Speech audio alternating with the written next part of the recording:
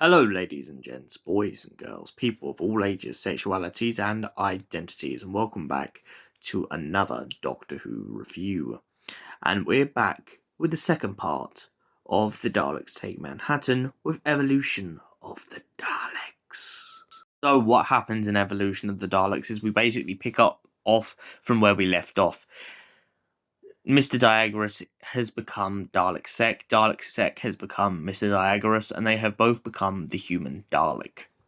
The Doctor begins to question his creation and how he feels, and they soon realise that the human emotions have begun to corrupt the human Dalek.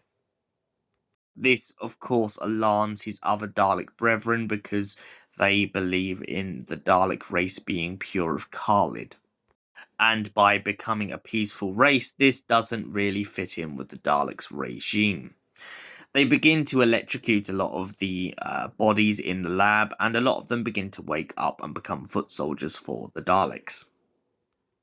However, when the Doctor pleads to the human subjects in the theatre that they are nothing like the Daleks decide that they don't want the slaves anymore and decide to kill them. They also decide to kill Dalek Sec. However, before this, they also decide to attack Hooverville. Now, Hooverville in this whole story is a real place. Hooverville was a place back in the 1920s. Someone correct my years, but essentially back in the early creation of New York City, there was a lot of homeless and a lot of poor people.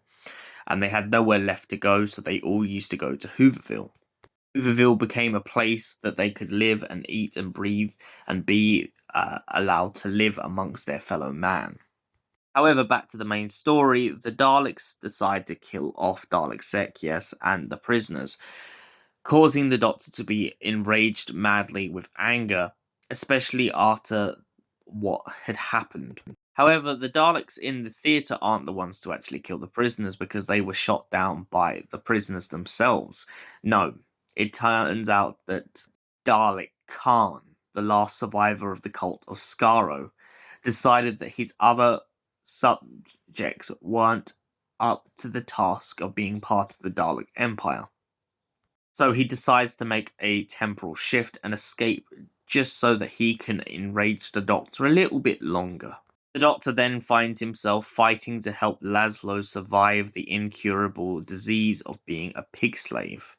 Being one of the last pig slaves left alive, the Doctor doesn't want him to go out without a fight. He wants to also reunite him with Tallulah, who he knows will love Laszlo regardless of how he looks. Laszlo spends the rest of his life in Hooverville, and the Doctor and Martha go off for another trip in time and space. So what did I think of Evolution of the Daleks? It definitely lands on its feet. It has that kind of culmination of what I liked about the Satan Pit and a lot of other stories like Doomsday. The Daleks themselves are still very menacing in this story, and I like the fact that it's written so much so that the Daleks have no mercy whatsoever on anybody. It's a story about grief, a story about triumph, but also a story about loss on the Doctor's part, as one of the cult of Skaro does get away. Oh, what would I give the Evolution of the Daleks out of 10? Once again, it's another 10 out of 10. Thank you for watching, and we'll see you in the next Doctor Who review, you beautiful people. Till then, goodbye, stay beautiful, you beautiful people.